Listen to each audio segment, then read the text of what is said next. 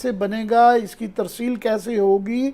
वो जो पहले 260 अरब रुपए एहसास प्रोग्राम में है ना, वो 10-20 साल से क्योंकि बेनज़ीर इनकम सपोर्ट प्रोग्राम की एक्सटेंशन चल रही है, उसका एक निज़ाम बन गया हुआ है। अभी इसका क्लियर नहीं है कि इन्होंने कैसे करना है, इसको किस तरीके से बांट करनी है, कितनी है। फॉर एग्जाम्पल यूटिलिटी स्टोर का सत्यानाश हो गया है, उसका जो बुनियादी मकसदियत थी वो उसकी वो ख़त्म हो गई हुई है। नहीं, वो महंगाई को काबू करने में एक पैरल जो बनाया था निज़ाम नहीं कर सका। और आज ही मैं देख रहा था कि बड़ी जल्दी से 30% उन्होंने प्राइम मिनिस्टर ने अनाउंस किया है कि हम जनाब इसमें कुछ तबकों को रियायत देंगे, घी में, चीनी में, और तीसरी क्या चीज़ है जी, आटा। तो उन्होंने आज ही 30 रुपये 35 रुपये यूटिलिटी स्टोर ने ना तमाम तेल की कीमत पहले ही बढ़ा दी है कि वो जो बाद में 30% करनी है ना, तो पहले ही बढ़ा दी। जिससे शुगर का हुआ था तो इंडिया से कंपैरिजन इसलिए ना करें कि मैं सिर्फ बताना चाहता हूँ कि इंडिया ने 80 करोड़ लोगों के लिए राशनिंग सिस्टम किया हुआ है। 4 उसके तबकात बनाए हुए हैं, एक जो बिल्कुल गरीब है, कम गरीब है, दरमियाने गरीब है, और वो बेताशा और लोगों को 2 रुपये 3 रुपये 4 रुपये 5 रुपये इंडियन रुपीज़ 4-5 रुपये में दाल, आटा, चावल, ये चीज़ें देते हैं। 3-4-5 रुपये तकरीबन मुफ्ती समझें। और ये कोविड के दौरान मई जून में उन्होंने 5 किलो आटा और 5 किलो चावल जो ले जाना चाहता है मुफ्त दिया है पूरे इंडिया को। 80 करोड़ को, 1.25 अरब की आबादी में से 80 करोड़ को वो ये सब्सिडी दे रहे हैं। तो इनके फिगर्स हैं कि ये बड़े बड़े दिखाते हैं। तो फिगर्स ये होती हैं, ये जो स्टैट्स है ना, वो हम पे पहले भी अंदाज़ा है कि ये जो ब्यूरोक्रेट्स और जिस तरह की आपको प्रेजेंटेशन देते हैं ना पावर पॉइंट पे, इंसान को लगता है कि वाकई मैंने इनकलाब किया हुआ है। और हमने देखा है कि ये बेनज़ीर साहिबा पीपल्स पार्टी के दौर में भी ऐसे ही था। वो नवाज शरीफ साहब की भी आज तक की तकरीर है, वो मरीम बीबी भी रिपीट करती रही हैं, हमने सड़कों का जाल बना दिया, हमने ये कर दिया, वो कर दिया। हर एक को यही लगता है कि उसने अजीम काम किए हुए हैं। ये स्टैट्स के मतलब कहा जाता है कि ये शुमारी आता है ना, इसको इस एंगल से भी देख ले, इस एंगल से भी देख ले।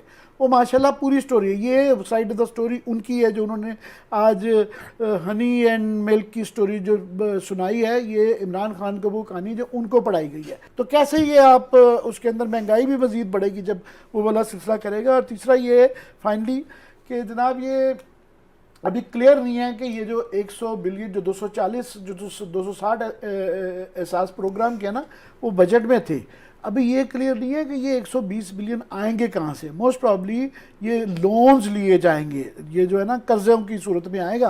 कर्ज़े में आएगा तो यहाँ पे तीनों डेफिसिट, ये ट्रिपल डेफिसिट हमारे लिए आ रहे हैं। ये इकनॉमिक्स में आम आदमी इंटरेस्टेड नहीं होता, मगर ये क्योंकि बड़ा ज़्यादा इकनॉमिक्स पर जोर देते रहे हैं, तो इससे फिजिकल डेफिसिट आपका बढ़ेगा, जिससे आपको IMF से प्रॉब्लम रहेगी।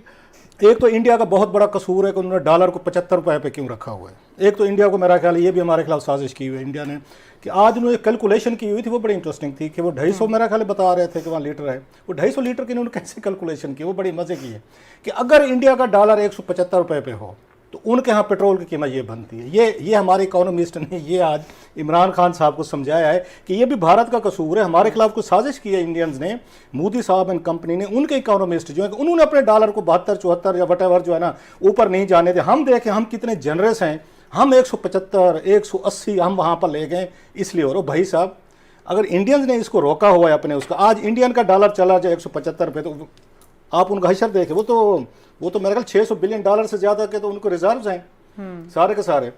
120 बिलियन, ये पीनट्स वाली बात मुझे भुट्टो साहब सारी वो याद आ गई, जनरल ज़िया साहब याद आ गए, जिनसे पॉलिसीज़ इमरान खान साहब की बड़ी मिलती हैं, सोच भी मिलती है, अप्रोच भी मिलती है।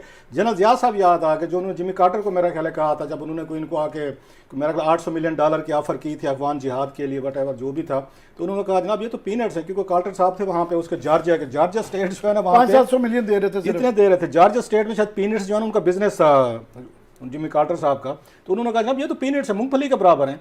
120 बिलियन, ये मजाक किया जा अपने लोगों के साथ, मतलब 22 करोड़ की आबादी है। चलो मान लेते हैं जिस मुल्क को 50 या आपके फीसद जो हैं या 12 करोड़ के करीब लोग अमीर हैं, 12 करोड़ जी बहुत अमीर हैं, बड़ा पैसा है उनके पास, और 6 उनकी डिजिट्स में सैलरी निकाल दें, ये बाकी भी 12 करोड़ पे तकसीम करें, कितने 100 रुपये पर बंदे को पड़ता है। ये हिसाब तो दे, मजाक बंदा करता है थोड़ा सा तरीके से करता है, कोई बंदे को हंसी ना आए, चलें थोड़ा सा कर लें। इनसे पूछने वाली बात है, इन्होंने जो इस बिजनेसमैनों को दिया था रिलीफ पहला, वो 1200 बिलियन रुपीज़ का दिया था, दुनिया भर में बिजनेसमैन जो है, इंडिया में देखें बहुत सारे बिग बिजनेसमैन थे, वो कंट्रीब्यूट कर रहे थे लोगों के लिए कि जनाब आम आदमी बेचारा मुश्किल में पड़ गया, हमने इनके प्रॉफिट इनसे लिए, इन्हीं से हमने कमाया है, आज उनके पास पैसा नहीं है। तो बड़े बड़े बिजनेसमैन थे, उन्होंने कंट्रीब्यूट किया दुनिया भर में कि ये ले लें। इन्होंने क्या किया, 1200 बिलियन रुपीज़ इन्होंने उनको दिए, 1200 अरब दिया उनको, ये चंद बिजनेसमैन थे, उनको पैकेज ले दिया। मैं हफीज़ पाशा साहब को सुन रहा था, 1500 बिलियन रुपीज़ की इकोनॉमिक या उसकी इन्होंने टैक्स की छूट दी हैं, बड़े बड़े इसको लोगों को दी हैं। मतलब 1500 अरब की, ज़रा सुनते हैं। GADC जिसकी बात हम करते थे, उसका पता ही नहीं है कि किधर गया, 200-300 रुपया आना था। और अल्लाह का शुक्र करें कि केस हम सुप्रीम कोर्ट से जीत गए थे, नहीं तो इन्होंने हमारी नेशनलिटीज़ इन्होंने ख़त्म करके हमारे ऊपर केसेस करवा देने थे इमरान खान साहब ने, कि इन 4 लोगों ने बैठ के हमारा ये बहुत बड़ा नुकसान किया। कभी आपने सुना है GADC का पैसा जो आवाम से लिया हुआ था वो किधर गया आपका? एक तरफ तो ये हैं, अल्लाह तल्ला को तरफ आते हैं ज़रा थोड़े। आपको याद हो कि इन्होंने भैंसें बेची थी जनाब वज़ीर आज़म हाउस की, कि जनाब बेचते हो, जिसके बाद एक बड़ा मशहूर ज़माना आया था कि जनाब भैंसें बेच के मुशायरा हुआ, ऐवान सदर में मुशायरा करवाया गया था, एक साइड में भैंसें बिक रही थी। ये मजाक, इट्स ए जोक। हाँ, कौम को इतनी ज़रूर मुबारकबाद होनी चाहिए कि 10-12 दिन बाद जब आपके पूरे मुल्क में हंगामे हो रहे थे, या सैकड़ों के करीब बेचारे पुलिस वाले ज़ख्मी हुए गए थे, जहाँ शहीद हुए, वज़ीर आज़म गायब रहे, कहीं पे नजर नहीं। पहले तो कौम को मुबारक हो, आज बड़े मतलब 15 दिनों बाद आखिरकार पाकिस्तान के प्राइम मिनिस्टर का आपको चेहरा मुबारक नजर आया। कोई जिक्र नहीं किया कि अच्छा थोड़ी सी सिंपथी कर लेते आप उन पुलिस वालों से, उनकी फैमिली से, उनके बच्चों से। वैसे तो कंपैशन की बड़ी कहानियां रामलीला नौटंकी हमें समझाई जाती, कंपैशन, रियासत मदीना में दर्द दिल। आज आपके लिए 2 लफ्ज भी नहीं थे। पहले तो खैर उन्होंने वो ठुकाई की है नून लीग की, जो कि हस्ब मामूल वो हमेशा करते हैं शुरू करने से पहले और आखिर में भी। आज भी शुरू उन्होंने यही किया कि हमारे हाथ में जो हुकूमत आई थी वो लंगड़ी लूली थी और बहुत बुरे हालात थे।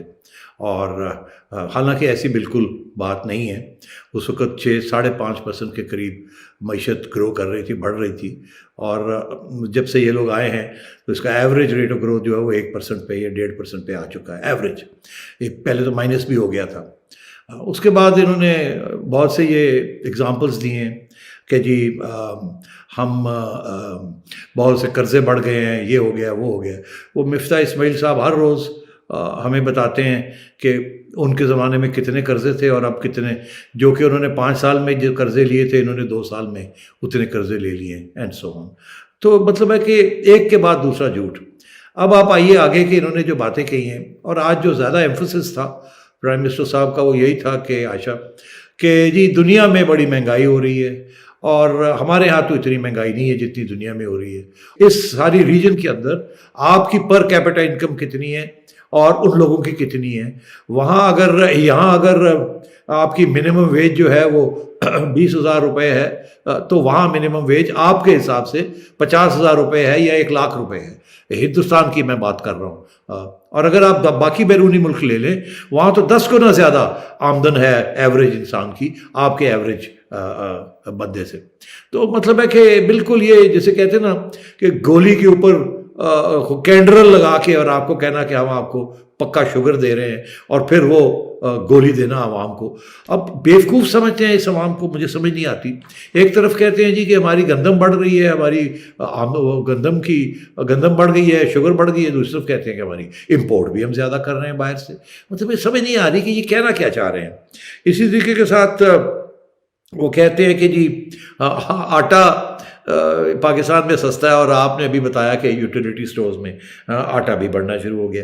आखिर में जो उन्होंने मोटी बात की जो कि 120 अरब रुपए आयशा, वो कहते हैं कि वो 2 करोड़ ख़ानदान के दरमियान वो बांटे जाएंगे अगले 6 महीने के अंदर अंदर। तो अगर 2 करोड़ ख़ानदान है तो इसका मतलब है कोई हर एवरेज ख़ानदान 8-10 बंदों का तो होता ही है। तो 22 करोड़ तो पाकिस्तान की सारी आबादी है। तो इसका मतलब है कि ये सारे 100 अरब रुपया ये देने जा रहे हैं। तो मैं हिसाब लगा रहा था कि ये तो कोई 900 रुपये के 90 रुपये पर मंथ बनते हैं हर शख्स के लिए, 90 रुपये पर मंथ। और जिस तरीके से कीमतें बढ़ रही हैं तो आपका ख्याल है इससे लोग बड़े खुश हो जाएंगे। 120 अरब रुपया ये खर्च करने जा रहे हैं 2 करोड़ ख़ानदानों के